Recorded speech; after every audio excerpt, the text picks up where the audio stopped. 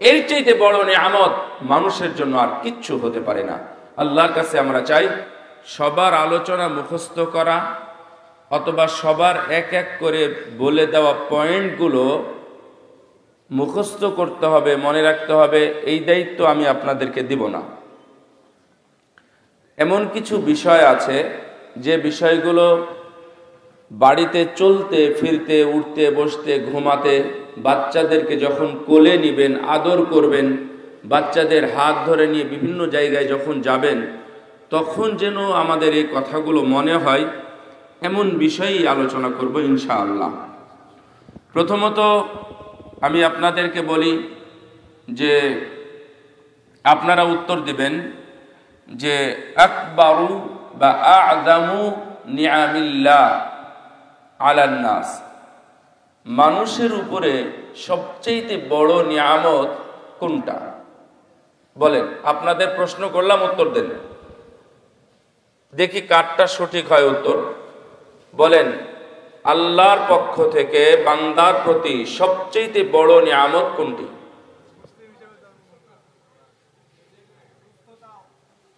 সুস্থতা। আর কেউ?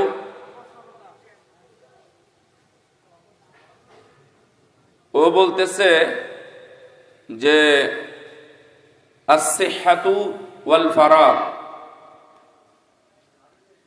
সুস্থতা এবং অবসর, এটা হচ্ছে বড় নিয়ামত। আর আপনাদের কাছে কোনো জবাব আছে?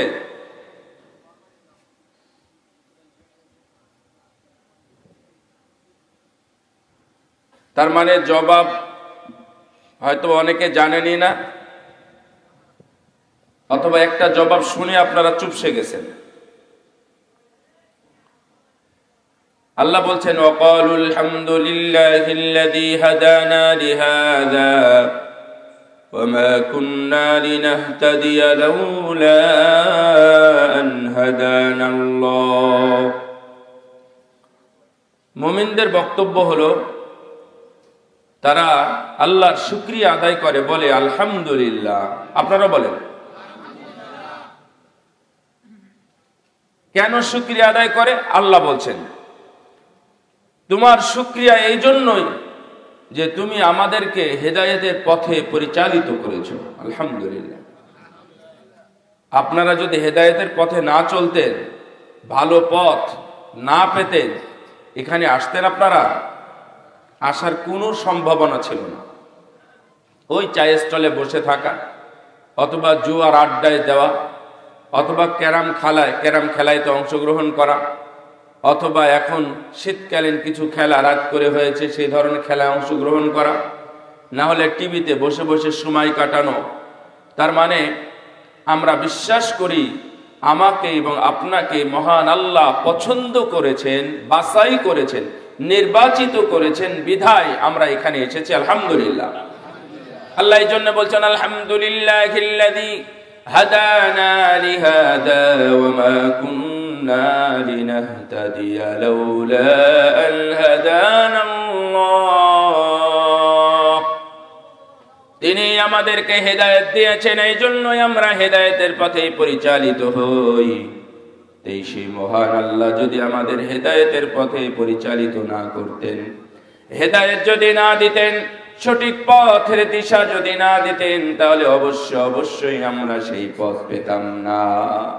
দুনিয়াতে কত মানুষ, এমনকি কত আলেম ওলামা, কত বইয়ের লেখক, ইসলামী পণ্ডিত পর্যন্ত তারা মৃত্যুর আগে তাদের পথ অর্থাৎ পদস্খলন হয়েছে।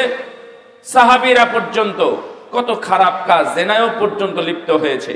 এমনকি যুদ্ধের ময়দানে এই ছোট্ট ছোট্ট কিছু চুরির অপরাধে রাসূলুল্লাহ সাল্লাল্লাহু আলাইহি ওয়াসাল্লাম তাদের জানাজা পর্যন্ত পড়েন নাই। তার মানে সব ঠিক ছিল। যুদ্ধের ময়দানে শহীদ হয়েছে, শহীদ হওয়ার পরেও রাসূল সাল্লাল্লাহু আলাইহি ওয়াসাল্লাম তাকে জাহান্নামে উল্লেখ করেছেন, ও শহীদ, প্রকৃত শহীদ নয়। যদি এই অবস্থা বড় বড় মানুষ, তাকওয়া পরহেজগার মানুষের ক্ষেত্রে যদি হয়ে থাকে, তাহলে আমি আপনি যে কোনো সময় আমাদের পদস্খলন হতে পারে না। এই জন্য আল্লাহর নিকটে বান্দার সবচেয়ে বড় নিয়ামত হলো হেদায়েত, সবচেয়ে বড় নিয়ামত। তথা ইমানের উপরে মৃত্যু। কোনটা সবচেয়ে বড়? ইমানের উপরে মৃত্যু। এর চাইতে বড় নিয়ামত মানুষের জন্য আর কিচ্ছু হতে পারে না। আল্লাহর কাছে আমরা চাই আল্লাহ যেন আমাদের সবাইকে ইমানের উপরে মৃত্যু দান করেন, আমিন। এরপরে হাদিসের বিভিন্ন জায়গায় বিভিন্ন প্রশ্নের উত্তরে সবচেয়ে বড় নিয়ামত হলো সুস্থতা, অবসর। অবসর মানে সময় পাওয়া। আমি এখন বসে আছি, আমি এখন আলহামদুলিল্লাহ বলবো, সুবহানাল্লাহ বলবো, অথবা ভালো কথা শুনবো, না হলে কোরআন তেলাওয়াত করবো, না হলে একটু কোরআন পড়বো। এটা একটা সুযোগ। যখন অনেকে মনে করছে এখন ছাত্র, পড়াশোনা করি, এরপরে কিছুদিন পরে বিয়ে শাদী করবো, তারপরে আমরা ইবাদতে লেগে যাব, না, কখনোই না, পারবে না। বিয়ে করার পরে দেখবেন আরো বেশি ব্যস্ত হয়ে গেছে। তারপরে সন্তানের অপেক্ষায়, সন্তান হলে তো মসজিদেই যেতে দেবে না আপনাকে, তার মানে আপনি আরো ব্যস্ত হয়ে গেলেন। সন্তান যখন 3টা হবে, 4টা 5টা যখন হবে, তখন এই সন্তানের ভবিষ্যতের জন্য, ভবিষ্যৎ কিছু নির্মাণ করার জন্য আপনি ছুটে বেড়াবেন। আপনার 1 মিনিটও সময় নাই, 1 মিনিটও সময় আপনি পাবেন না। এই জন্য এখন সময় আছে, আপনি এখনই করবেন, এখনই ইবাদত করবেন, এখনই প্রস্তুতি গ্রহণ করবেন।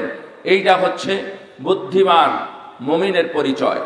সম্মানিত উপস্থিতি, আমরা সন্তান পালনের পদ্ধতি নিয়ে আলোচনা করতে চেয়েছি, কিন্তু এতক্ষণ যে আলোচনাগুলো করলাম আপনাদের কাছে বিষয় বহির্ভূত মনে হয়েছে। কিন্তু 3 নাম্বার, ওইটা বললাম 2টা, 3 নাম্বার হলো মানুষের জন্য সবচেয়ে আরেকটি বড় নিয়ামত হলো সুসন্তান। মনে রাখবেন, সুসন্তান এইটা হলো বড় একটি নিয়ামত। দুনিয়া এবং আখিরাত মানুষের জীবনকে ঝলমলে করার জন্য, আলোক বর্তিকা নিয়ে আসার জন্য, আলোক ছটা অথবা নূরের জ্যোতি কিয়ামতের দিন পাওয়ার জন্য সন্তান বিশাল বড় এক সম্পদ। রাসূল সাল্লাল্লাহু আলাইহি ওয়াসাল্লাম বলে গেছেন, মানুষের জীবনে মৃত্যুর পরও আমল জারি থাকে, তার মধ্যে একটি হলো সুসন্তান। যেই সন্তান তার জন্য দোয়া করে, কল্যাণ কামনা করে, তার জন্য দান করে, ভালো কাজ করে বেড়ায়, মসজিদে যায়, মাদ্রাসা যায়, এই ভালো কিছু যখন করে, তখন একটা মানুষ নিষ্কর্ম, একেবারে ব্যর্থ, তার প্রাণ নাই, নিষ্প্রাণ একটা দেহ, একটা লাশ ওখানে শুয়ে শুয়ে তার পরিপূর্ণ সওয়াব পেতেই থাকেন। সুবহানাল্লাহ।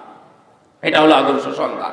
এই জন্য শেখ বিন বাজ রাহিমাহুল্লাহ উল্লেখ করেছেন যে মানুষের জীবনে যত বড় সম্পদ আছে, তার মধ্যে বড় একটি সম্পদ বা বড় নিয়ামত হলো সন্তান। এই জন্য আপনারা সন্তানকে নিয়ামত হিসাবে নেবেন, গজব হিসাবে নেবেন না।